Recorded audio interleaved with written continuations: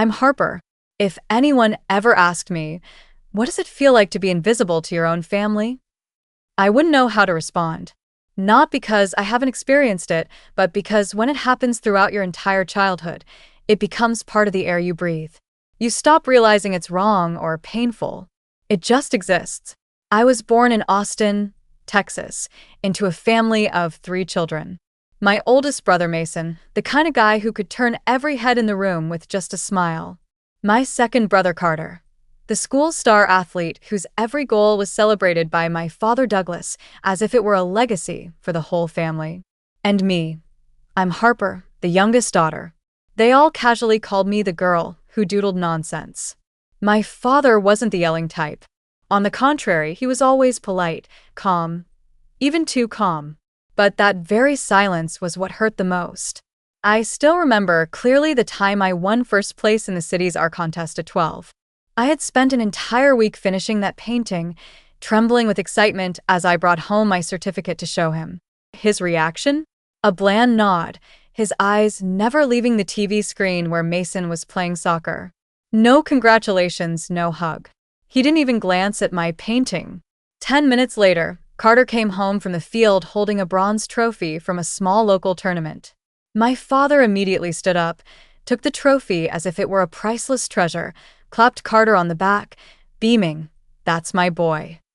The whole house seemed to light up with his victory while I stood there clutching my now crumpled certificate. I wasn't the kind of child who complained or caused a scene, but the way my father reserved all his pride for Mason and Carter, while giving me nothing but cold nods, left a deep, lingering scar. For the first time, I asked myself, how much harder do I have to try for him to notice me? Mason was always the #1 pride. From debate club president to founding a small startup in college, everything he touched was praised by my father as if he were the family's sole genius.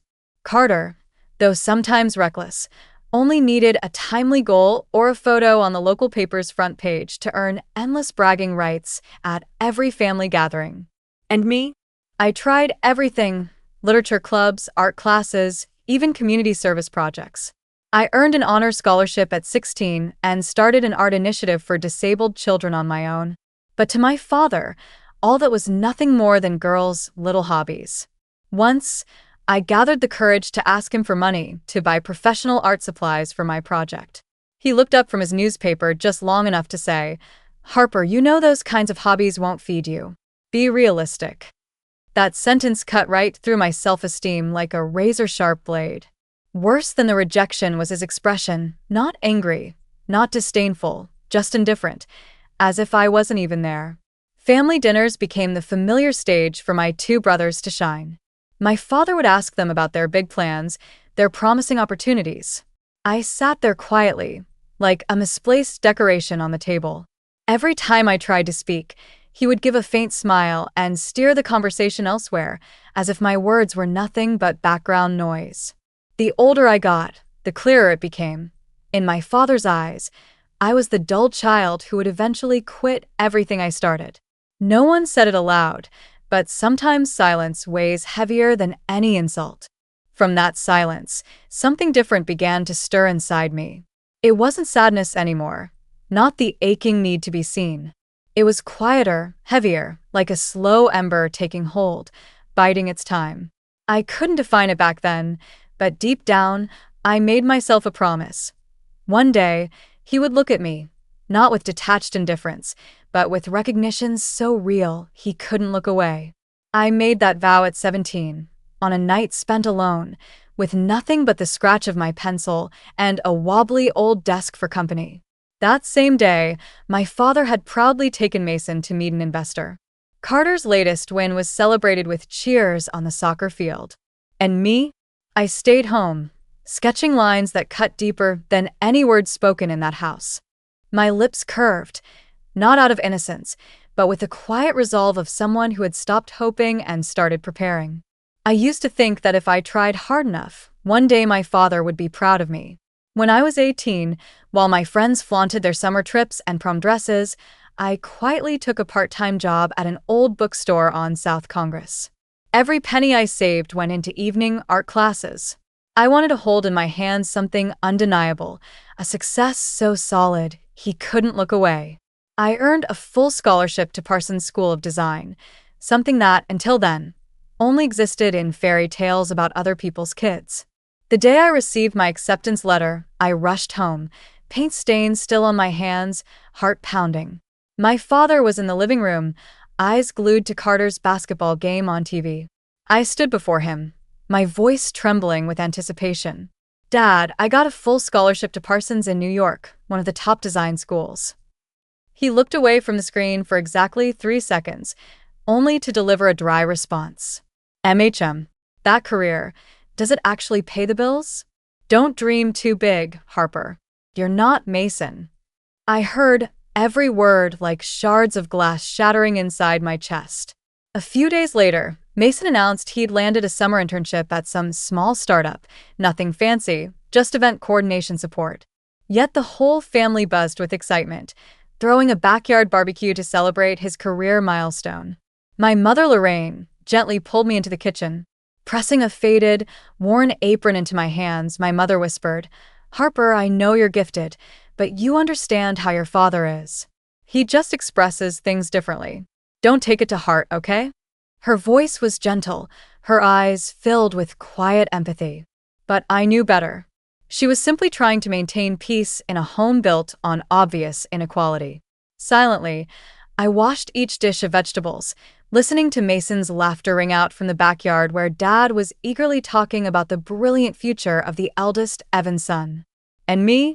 I was just Harper, the girl tucked away in the kitchen of her own house, holding a full-ride scholarship treated like a discarded slip of paper. Carter wasn't any less extraordinary in Dad's eyes. When he was named Player of the Week in his school's basketball league, Dad didn't hesitate to rent out an entire gym just to throw a celebratory event. I stood off to the side, taking photos no one requested, like an unpaid assistant in my own family. In the days that followed, I kept working at the bookstore, kept attending my art classes, kept submitting portfolios to local design competitions. That summer, I poured myself into an art project based on Austin's local history, hoping it would be featured at the city's museum gallery. And against all odds, it was. I received a letter confirming my project would be on display for 3 months in the fall. I had dreamed about that moment through countless sleepless nights. I imagined Dad walking into the gallery, standing in front of my canvas with genuine pride in his eyes, introducing me to people by saying, "This is my daughter. She created this." But when I brought the letter home, Dad barely glanced up from Mason's financial report. "A local exhibition, huh? Not really worth making a big deal over, Harper. You should focus on finding a stable job." I stared at him, searching his cold gray eyes for any trace of emotion. But there was none, only that stifling detachment. That evening, Mason brought his new girlfriend over for dinner. The house once again buzzed with joyful conversation. Dad poured wine, laughing and chatting as though the exhibition letter I had shown him just hours earlier didn't exist. I sat at the far end of the table, wearing the white dress I had carefully chosen for what was supposed to be a meaningful day. But tonight, it felt painfully inappropriate. I listened as they spoke excitedly about Mason's bright future and Carter's potential professional career. No one asked about my exhibition. No one wondered what my painting represented. And in that moment, I finally understood. Maybe I would never receive what I wanted from them. No matter what I accomplished, my achievements would always be dismissed under the shadow of my brothers.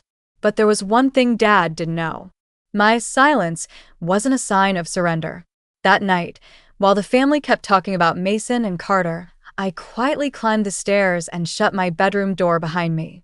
The small space filled with half-finished sketches suddenly felt like it was closing in on me. I sat at the edge of my bed, staring at the painting I had just completed for the exhibition, an image of Austin's old alleys, layered with nostalgic tones hiding untold stories of ordinary lives. But tonight, it wasn't just a painting. It was a testament, a reminder that I had already accomplished more than enough. For the first time, I accepted a harsh truth.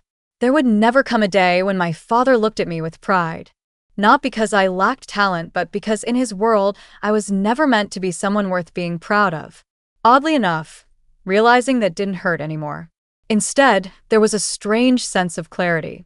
And within it, something new began to take form, a purpose, a vision that no longer relied on him. I would draw. I would create, not for my father's validation, but to claim my own place in a world that always expected me to shrink. The following week, I accepted an internship at a small design studio in downtown Austin. The pay was low, the hours were long, but I didn't think twice.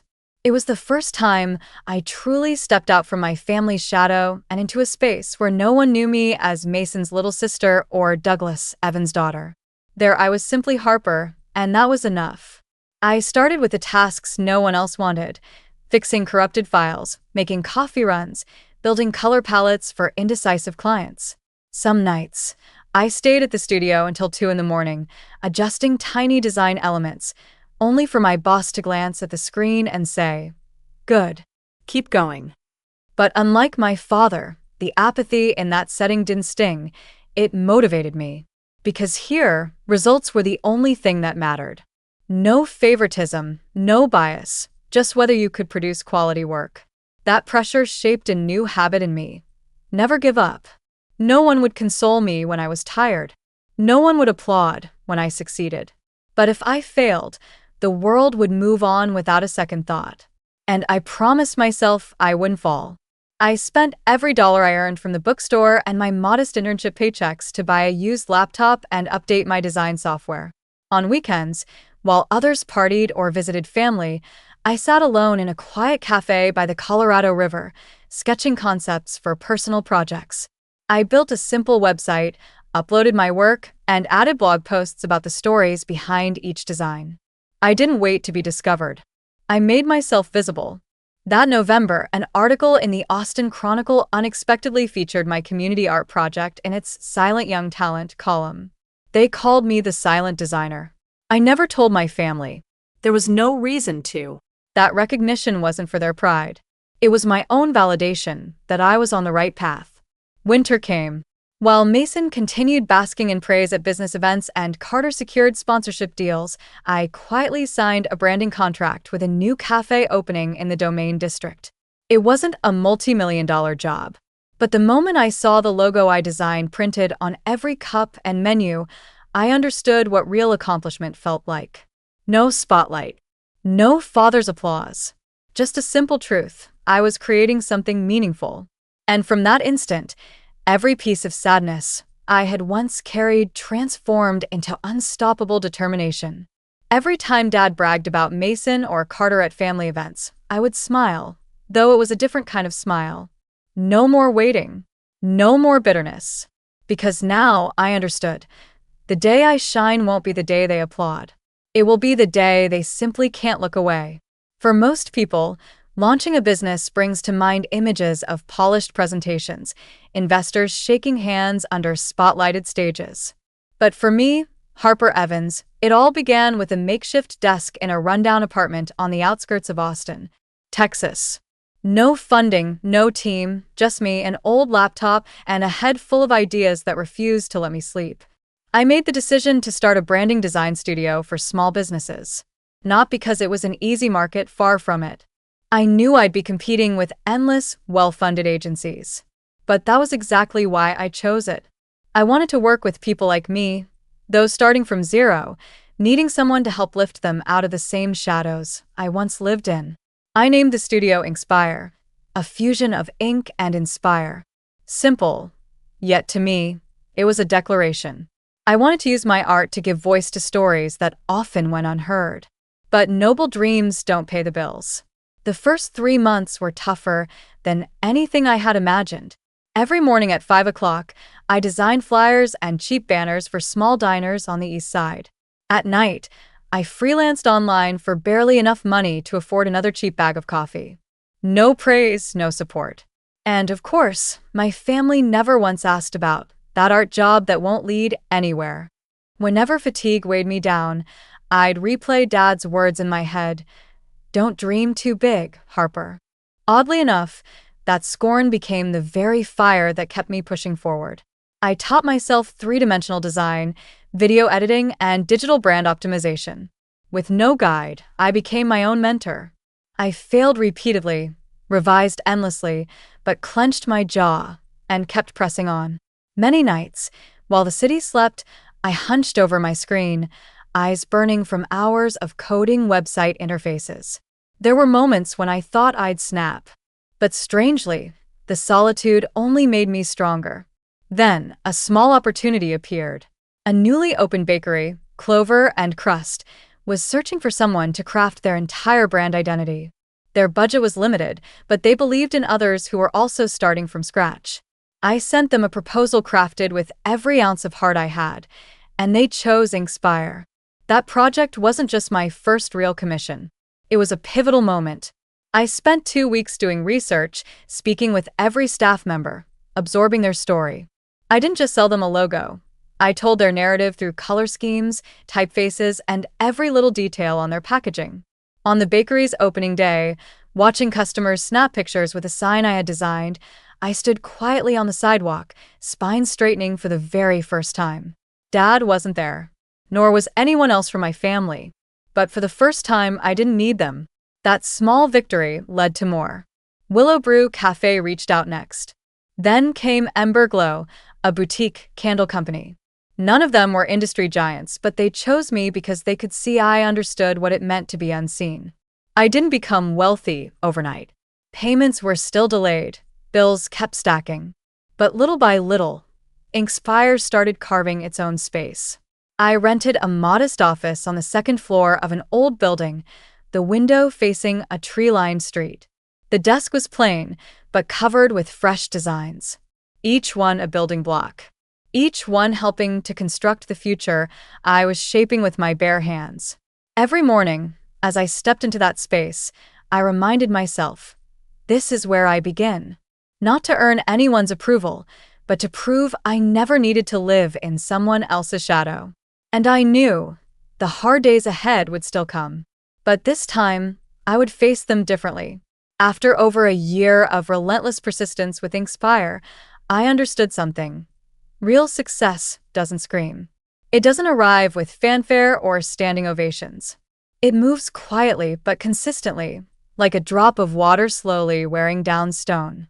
Beginning with modest local contracts, Inspire had grown into a name trusted by small and medium-sized businesses across Austin, from cafes and bakeries to emerging tech startups. They didn't choose me for my resources or fancy portfolio. They chose me because they saw someone who had walked their same uphill road. Inspire's first team consisted of just 3 people: Ethan, a freelance graphic designer once dismissed for being too creative for small projects; Chloe, a senior marketing student turned down for not having enough real-world experience; and me, the girl who was done waiting for her family to finally see her. We worked from a rented office on the 3rd floor of a weathered building on Guadalupe Street. Low ceiling, dusty windows, but to me, it was the first headquarters I had ever owned. Every morning, I walked into that space with a different mindset. No longer the girl shrinking at the dinner table while Dad exalted Mason and Carter. Now, I was the one leading a growing business, making the calls, shaping my own dream. We worked like people running on borrowed time. Morning brainstorms in coffee shops, late nights spent tweaking pixels for high-strung clients. Ethan often joked, at Inspire, deadlines are our religion and coffee is our lifeline. Success began to arrive in the most unassuming ways. A brand identity campaign for the Bloom and Thorn flower shop chain unexpectedly went viral on social media, ushering in a wave of new client inquiries. Next came the branding project for Austin Food Fest 2023, and just like that, everything shifted. Smaller investors started reaching out. They weren't throwing funds at pipe dreams. They saw tangible worth in what Inspire was doing, giving voice to overlooked brands, and we were the team making it happen. But within my family, nothing changed. Dad still proudly paraded Mason, now the director of strategic development at a tech corporation. Carter continued as the athletic prodigy, recently signing as a brand ambassador for a major sports label. And Harper?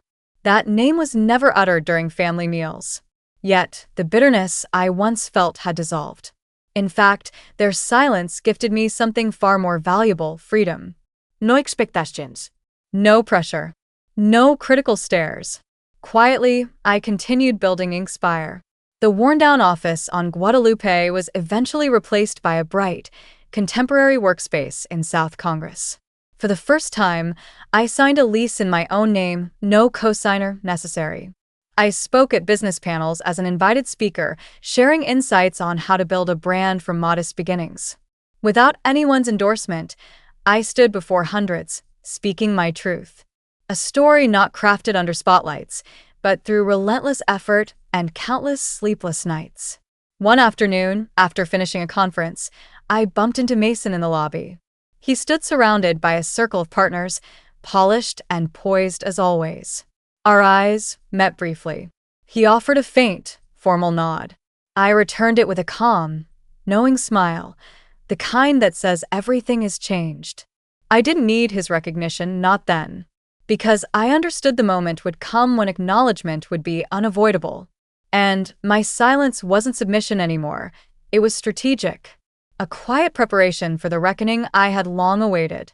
For the past 2 years, the name Harper Evans hadn't been mentioned once around the dinner table. But that didn't mean I had vanished. I had simply been busy preparing for my return. When Inkspire finalized a partnership with Artisan Fresh, a supermarket chain with nationwide expansion plans, I knew the timing was right. No longer tied to local assignments, Inkspire was ready to compete on a national level. Then came a new opportunity. Orion Ventures, the financial firm where my father, Douglas Evans, had served as vice president for over 10 years, was searching for a partner to lead a complete brand overhaul after a damaging PR fallout. They needed someone with a fresh vision, someone capable of restoring credibility. Among the nominated firms, Inkspire's name surfaced, recommended by the very small businesses my father used to scoff at. The irony was delicious. Orion had no idea who led Inkspire. I walked into that glass-walled conference room downtown, facing faces I recognized from the photo frames in my father's office. They debated, negotiated, and ultimately signed the contract, solely based on Inkspire's merit. Unaware that the little girl they once dismissed was now in charge of their brand's future. I signed that contract under my new legal name, Harper Lane. I had changed my last name 6 months earlier, a decision no one in my family even noticed. And then, I sent a single message into the long silent family group chat. I'll be attending this year's Father's Day dinner. That was it. No question mark. No emoji. Just a statement. My mother, Lorraine, replied quickly with a weak smile emoji, trying to sound upbeat. Mason and Carter? Nothing. As if my presence was still invisible, still unworthy of notice. What they didn't know was that this time, that shadow they once ignored had taken shape, with weight, presence, and enough momentum to shake the very foundation they stood on. A week before the Father's Day dinner, I walked into the Lucent dealership and signed for a graphite gray coupe. The very model my father once admired, but dismissed with his usual financial logic. I paid in full. No loans. No cosigner. Just my own earnings. On the passenger seat of that brand new car rested a slender but weighty stack of documents, the finalized contract giving Inkspire complete authority over Orion Ventures' brand revitalization. A meticulously crafted agreement transferring brand control to Inkspire, with all strategic decisions resting solely in my hands. For years, I'd been the forgotten name at the dinner table. I couldn't wait to see their faces when they realized the not-good-enough daughter now held the fate of the firm they so proudly showcased. That day, I chose a simple but sharp ivory suit. I didn't need Mason's flashy designer wardrobe, nor Carter's curated athlete aesthetic. What I needed, and now had, was confidence. The kind they never taught me to have in over 20 years. The coupe glided down familiar Austin streets, its engine humming like a quiet reminder. It's time to end this tired old play. As I parked in front of the Evans estate, the first gaze I met was my father's, a subtle wrinkle forming on his brow as he recognized the car. A flash of confusion crossed his face as he tried to match the vehicle with a composed woman stepping out. Mason stepped onto the porch, wearing his trademark smug grin. Carter fidgeted with his shirt collar, avoiding eye contact altogether. I stepped out of the car, a soft breeze tugging gently at the tight bun secured at my neck. I didn't greet anyone loudly. I didn't force a smile. I simply walked into the courtyard, the place that never made room for me, with a steady stride of someone who now knew they belonged there more than anyone else. In my hand was a slim folder, bound in black leather. I looked at my father and smiled. "Dad, this year I brought you a special Father's Day gift." His smile wavered for just a moment. I noticed the flicker of unease and annoyance behind his eyes, but I stayed silent, because tonight, silence would be my sharpest blade. Inside the Evans estate, the setting was painfully familiar. Warm yellow lighting, a long table covered in white linen, crystal glasses shimmering under candlelight. The same tired stories were being recycled, the same forced laughter drifting around the room, as though I had never left. Mason, dressed in his signature navy blazer, was proudly bragging about his latest collaboration with a real estate investment firm based in Dallas. Carter eagerly jumped in, boasting about a fresh endorsement deal with a major sports label. My mother, Lorraine, responded with graceful, polite praise, though her eyes occasionally softened when they landed on me. And at the head of the table sat my father, Douglas Evans, basking in his usual role as the monarch of this tiny empire. He nodded, raised his glass, each gesture a reminder of the years he had trampled over my presence, like I didn't exist. I sat quietly at the far end of the table, the black leather folder resting on my lap. Every glance that slid past me treated me like I was just an extra chair taking up space. When Carter wrapped up his spiel about his statewide marketing campaign, my father lifted his glass again, eyes glowing with a kind of arrogant pride. "My two sons know how to carry the Evans legacy with dignity," he said. "One, elevating our name in the investment sector. The other, the face of Texas athletics. Truly a blessing." Then he paused. I knew what was coming. Right on cue, he turned his gaze toward me, his lips curling into a smug smirk. "And as for the failure down there, no need to go into detail. Probably still busy sketching logos for a bakery down the street, right, Harper?" Mason let out a sharp laugh. Carter tapped the table, nodding like he'd just witnessed a comedy act. "Kinda sad, really," Mason added, voice dripping with mock pity. "But not everyone's cut out to lead, right, Dad?" I heard every syllable, each one like a freshly sharpened knife digging into my pride. But the difference now? I didn't feel hurt. I was simply waiting for them to fully reveal their blind arrogance before I dropped the curtain. As the laughter faded, I gently set my glass down. The soft clink echoed like punctuation, an end to their act. "Oh, how fitting," I said slowly. No need to raise my voice. Just enough to be heard. "Today is actually the perfect day to talk about success." The room went still. "I've got a short story too, if you don't mind, Dad." Douglas narrowed his eyes and waved a dismissive hand. "If it's about your little design jobs, Harper, let's not ruin dinner. We're discussing bigger things here." I smiled. "Then I'll keep it short." Calmly, I opened the black leather folder resting on my lap and pulled out a document printed on thick, premium paper. Orion Ventures has just finalized a brand overhaul contract with Inspire. You've heard of Inspire, right? No response. "Of course not. My company. The one you've always dismissed, Dad."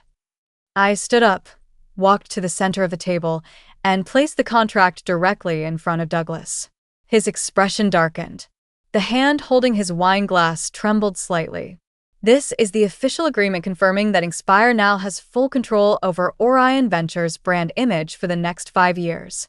That includes oversight of all media campaigns, public relations strategies, and even the representation of senior leadership." I paused, locking eyes with him. "In other words, Dad, starting today, anyone who wants to use the Orion name in the media or public materials will need my written approval first." Mason's eyebrows drew together. Carter leaned back, visibly paling. Douglas Evans said nothing, his gaze fixed on the paper like it was a death warrant for his pride. "Is this some kind of joke?" Mason growled, but the tremor in his voice gave him away. I shook my head slowly.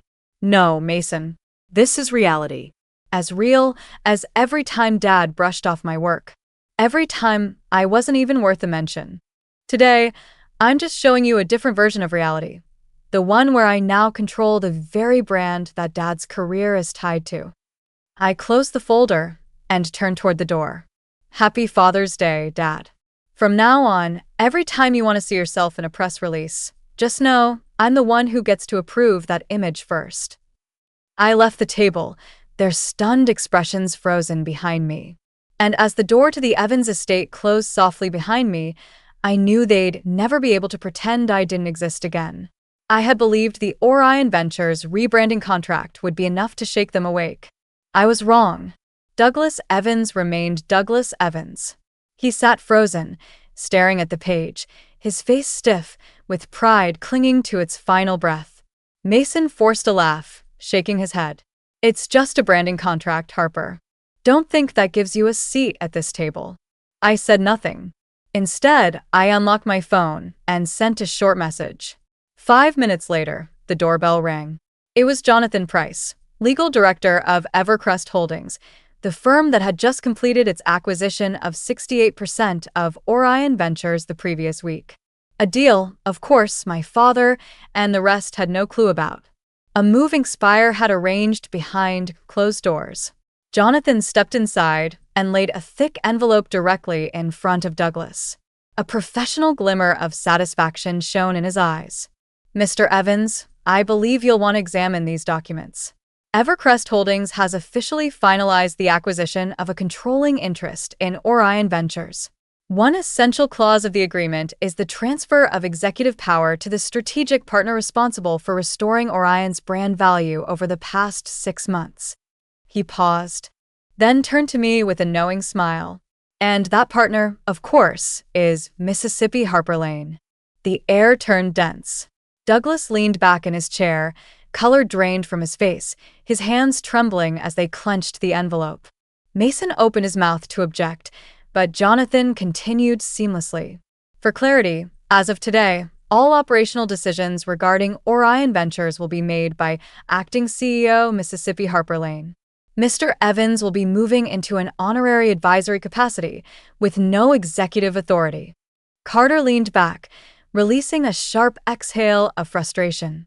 I stepped forward, unhurried. To put it plainly, starting today, I'm your superior, Douglas. I'll be the one determining how you're represented in the financial world from this point forward. He looked up at me, and for the first time, that stare was hollow. No pride. No condescensión. Just a man witnessing his meticulously built empire collapse. But the final act hadn't played out yet. I reached into my bag and pulled out another document, a copy of the personal property ownership transfer. Oh, and one more thing. The Evans estate, I said, pausing. Funny thing, do you know who legally owns it now, Dad? Douglas froze. You mortgaged it to cover Orion's losses last year. And when Orion became part of Evercrest, the collateral was included in the acquisition. In other words, I continued, this house now belongs to Inkspire. I enunciated every word with clarity. And Inkspire belongs to me. The atmosphere was stifling. Mason's grip on his wine glass tightened until his knuckles turned white. Carter stared blankly at his untouched plate. My mother, Lorraine, sat still. Her hands trembled slightly, her eyes glistening with things she never had the courage to say. I stood firm, arms crossed, gaze fixed on Douglas. I don't need your validation anymore, Dad, because you no longer have the authority to give it. From now on, you'll be the one needing permission to exist in my world. But don't worry, I added softly, I won't throw you out of this house. Evans is a name I've already left behind. But this home, it's where I grew up. It doesn't have to carry the weight of your cruelty to keep standing. Douglas sagged back into his chair, eyes half-lidded like a cracked statue, giving way to time and truth. I turned away, each step from the dining room deliberate and steady. The mansion door closed behind me, not as a barrier between childhood and the present, but as a final punctuation mark on the chapter where I once lowered my head, begging for acceptance. I didn't need their applause to validate my triumph. The daughter they had labeled a failure now possessed everything they had once deemed beyond her reach. After the door clicked shut, the cracks in the Evans family's carefully maintained facade finally began to show. The man who once held court at the head of the table like an immovable monument, his chin high, his presence commanding, as though all of Austin owed him respect, was now reduced to trembling silence. His hands, once steady in signing multi-million-dollar deals, now shook as they grasped a stack of legal papers weighed down by the arrogance he had carried all his life. No one said a word. Mason sat rigid. The eldest brother, the one who used to scoff that I only designed bakery logos, now stared blankly ahead as if the ground beneath him had disappeared. Carter, usually the most animated of them all, now sat with his head bowed, anxiously twisting a crumpled napkin between his fingers. My father still hadn't looked up. He was reading and rereading the contract, as if staring at it long enough could undo reality. But the truth doesn't ask for permission. Is it really her? His voice cracked, barely above a whisper. The one eye. He stopped, swallowing hard. The silver in his hair sparkled under the warm lighting, revealing the years he had tried so hard to deny. She's not a failure, he finally said, his voice low and thick, eyes locked on my signature at the bottom of the page. She's everything. No one disagreed. Mason clenched his fists, the faint crack of his knuckles cutting through the suffocating silence. He stood abruptly, his chair scraping across the floor. What is this? She can't, he glanced around, desperate for support. She can't go from the family's disappointment to controlling Orion Ventures in just 2 years. That's not possible. Carter looked up, but the usual smugness had vanished from his expression. But it happened, Mason. That contract doesn't lie. She did it. Douglas closed his eyes. Everything he had spent decades building, the Evans legacy, his vice presidency at Orion, was now just a crumbling facade beneath the feet of the daughter he had always underestimated. He had never even imagined this possibility. In his mind, Harper was forever the quiet girl who doodled at family dinners, invisible behind the noise of her brothers. But now, that quiet shadow had overturned the entire table he once ruled. I should have noticed it sooner, Douglas said hoarsely. The way she sat in silence, it was how she prepared her move. Mason ground his teeth, his tone still edged with disbelief. I don't get it. How did we let this happen? How could she? For the first time, my mother spoke. Her voice was soft, but unwavering. Because she did what neither of you ever would. She listened. She learned. She waited. Not for your father's praise, but so she could stand on her own. She didn't glance at anyone, quietly gathering the untouched, now cold, dishes from the table. Douglas slowly got to his feet, the arrogance that once clouded his eyes replaced with harsh clarity. He understood the moment he said the failure doesn't count, that tonight would be the last time he ever believed he held sway over this family. She's won, he repeated, not in surrender, but with the sting of undeniable truth. But the worst part isn't that she won. It's that we let her grow up buried under neglect. We never saw her rise beyond us until it was far too late. A suffocating silence blanketed the room. No one dared utter the word failure again. No one dared chuckle. Mason collapsed back into his chair. Carter stayed wordless. My mother continued stacking plates as though the evening had left behind nothing more than a stain to clean, not the rubble of a legacy undone. But deep inside, they all knew. That evening, the Evans family lost the unseen grip they once believed was eternal. I stepped out of the Evans mansion into a strangely quiet night. No voice called out to me. No one tried to follow. Only the sound of my heels echoed, striking the stone pathway with a steady rhythm across the vast courtyard that once made me feel so insignificant. The soft sand-colored coupe sat perfectly parked under the driveway lights. I opened the door, and the dashboard lit up with a familiar message. Welcome back, Mississippi Lane. I smiled. It had taken me nearly 30 years to learn a simple truth. Validation isn't something you plead for. It's something you build. My family, with all their polished masks, may never have genuinely valued me. But from this moment forward, They would never be able to overlook me again. I cast one final glance at the mansion through the rearview mirror. That place had once been the stage for my father's pride, the platform where Mason and Carter soaked in his admiration. And I had always been the quiet shadow, lingering at the edge. They had grown far too used to not seeing me. But tonight, I had stepped onto that very stage, lit not by the spotlight they reserved for others, but by the light I created on my own. And they, the same ones who once dismissed me, were forced to acknowledge that I didn't do it for revenge, not to watch them fall apart. I did it for me, for the 12-year-old girl who once stood in that living room, clutching a city art competition certificate, waiting in silence for a single word of praise from her father. For the nights spent scrubbing bookstore floors, saving every coin for weekend art classes, while Mason dined in upscale restaurants and Carter basked in local news features.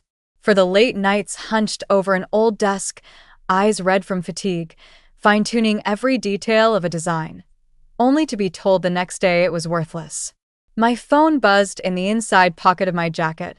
A message from Chloe, my trusted partner at Inspire.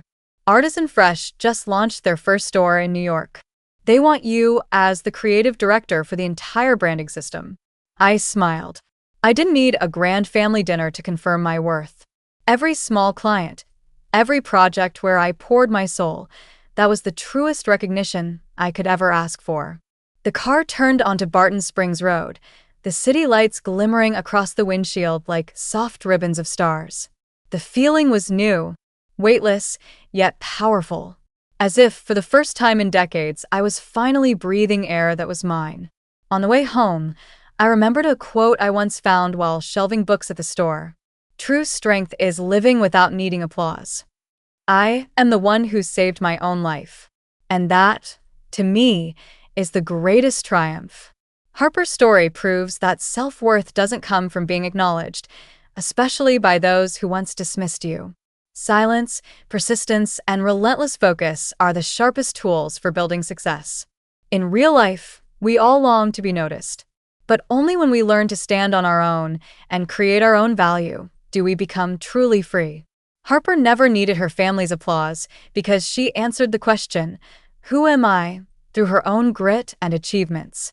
What are your thoughts on Harper's journey and the fall of those empty family idols?